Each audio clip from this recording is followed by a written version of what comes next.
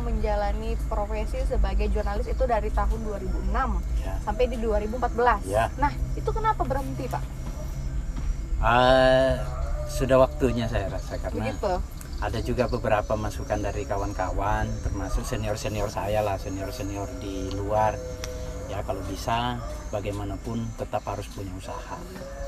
Karena saat ini kalau kita tidak punya itu agak susah kita bergerak.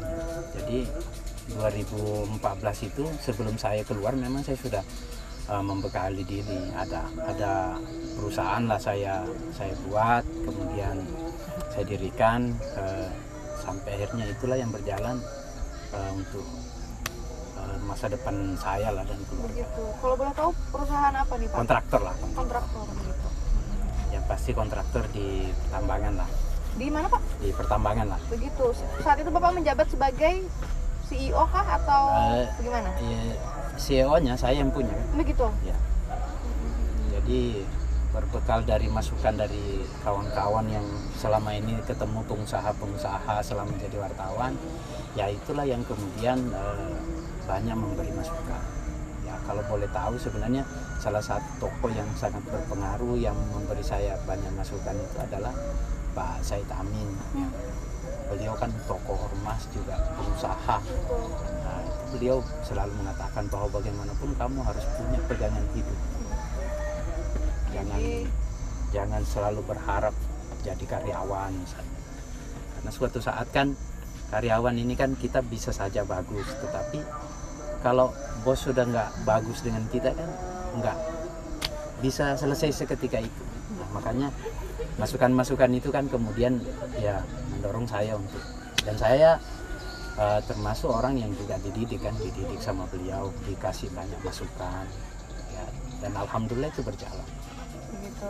Jadi berawal dari seorang jurnalis, Ya. kemudian yang banyak sekali mendapatkan pengalaman dan Iya. ilmu di situ, Pak ya. Iya. Terus Bapak beralih menjadi seorang pengusaha. Nah, Jadi sampai pada akhirnya sekarang menjadi seorang kepala desa, itu gimana tuh Pak prosesnya? saya sebenarnya menjadi kepala desa itu karena terdorong begini.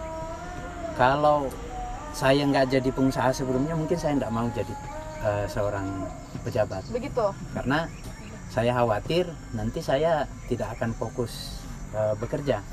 Ya saya nanti pasti bagaimana. Ini karena saya ada usaha, ya saya sudah tidak memikirkan untuk urusannya saya mau makan apa, sudah ada lah. Ada, bukan juga berlebihan, tetapi karena kita syukuri itu sudah cukup. Nah itulah yang mendorong saya kemudian dengan posisi begini, kemudian saya pasti akan lebih fokus bekerja. Yang kedua, saya melihat di Batua ini cukup banyak potensi. Begitu. Berbekal pengalaman ketika saya menjadi jurnalis, saya pernah ke beberapa tempat. Sebenarnya apa sih yang membuat mereka beda dengan daerah-daerah lain? Yaitu karena kreativitas. Nah, kreativitas. Ada daerah yang kita lihat dia biasa saja, tetapi karena di sana pertumbuhan ekonomi kerakyatannya bagus, kemudian keterlibatan masyarakat, kemudian pemimpinnya yang visioner, sehingga tempat itu misalnya disulap jadi wisata, disulap jadi sesuatu yang berbeda dengan yang lain. Itulah yang membuat saya punya keinginan keras bahwa Batua ini sangat besar peluangnya dengan luasan yang cukup luas ini ya, kemudian potensi-potensi baik sumber daya alam maupun sumber daya manusianya, saya lihat Batua bisa lebih maju. Jadi itulah keinginan keras saya bahwa Batua ini harus beda dengan yang lain, seperti itu. Begitu. Jadi Pak, waktu itu saat Bapak akan menjadi seorang kepala desa nih, kira-kira siapa yang paling mendukung Bapak dan siapa yang mengusung saat itu? Tentunya beberapa tokoh masyarakat ya. Kalau dari lingkungan keluarga saya malah melarang sebenarnya. Begitu. Karena keluarga saya selalu mengatakan kita ini berangkat dari orang yang tidak mampu.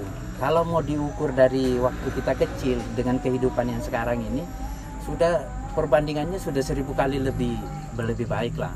Nah, ada kekhawatiran kemudian nanti jangan sampai kemudian jadi pejabat hanya karena kemudian memperkaya diri dan lain sebagainya, akhirnya lupa segalanya. Itu yang dikhawatirkan sebenarnya keluarga saya. Kalau dikenal, kamu sudah dikenal orang. Kemudian cari nama, orang sudah tahu. Sudah tahu. Nah, sudah tahu dengan kamu pengusaha orang sudah tahu. Iya. Terus apa yang dicari? Nah, saya kemudian saya sampaikan karena ada dorongan beberapa tokoh masyarakat yang meminta kayaknya cocok sebagai desa dengan pengalaman-pengalaman yang kamu dapat selama menjadi wartawan, selama kamu berada di luar, itu yang membuat ada harapan besar untuk bisa mengubah Batua. Dan saya akhirnya ya putuskan, ya saya sampaikan kalau saya jadi pengusaha, saya mungkin hanya bisa membantu 100 sampai 200 orang karyawan. Tapi kalau kemudian saya jadi kepala desa, ya seluruh Batua ini bisa saya bantu. Entah dari sisi nanti bagaimana kita menjalankan program pemerintah yang kemudian memihak kepada rakyat, atau kemudian hal-hal lain yang kemudian dengan tanda tangan kita kan kemudian dia bisa mendapatkan sebuah kayak orang mau kerja, kita kan bisa kayak buatkan rekomendasi dan lain sebagainya gitu. Seperti itu. Jadi dengan duduk sebagai kepala desa, saya punya keinginan saya bisa membantu lebih banyak orang lagi. Kalau untuk harapan kedepannya nih Pak, apa saja yang Bapak harapkan, yang ingin yang dicapai untuk kedepannya? Harapan ke depan Batuan harus ada destinasi wisata, karena wisata itu tidak ada matinya.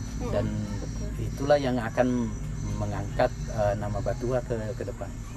Jadi target kita ke depan adalah bahwa Batua ini memang bisa mandiri dari sisi ada wisatanya, kemudian membangkitkan lagi sektor pertanian yang selama ini sudah digusur sama industri pertambangan. Ini kan Bapak akan menjabat sampai tahun 2025. 2025. Iya, karena 6 tahun kan. Begitu. Ya. Nah, setelah tahun 2025 apakah Bapak akan memperpanjang masa jabatan atau mungkin mundur nih Pak? Ya, kalau saya ini kan selalu mengalir saja, bahwa yang penting saat ini saya nggak memikirkan periode kedua atau apakah mau lanjut jadi kades lagi atau ke DPR. Ya tentu banyaklah pilihan-pilihan, tetapi saya maunya fokus di satu periode ini saya menyelesaikan tugas saya dengan baik, itu saja. Kalau nanti kemudian Allah berkehendak kemudian kita apakah lanjut atau bahkan kita ke DPR, itu nanti pasti akan ketemu dengan sendirinya. Karena saya yakin ketika saya bekerja dengan baik, pasti Allah akan kasih jalan. Itu aja. Ya.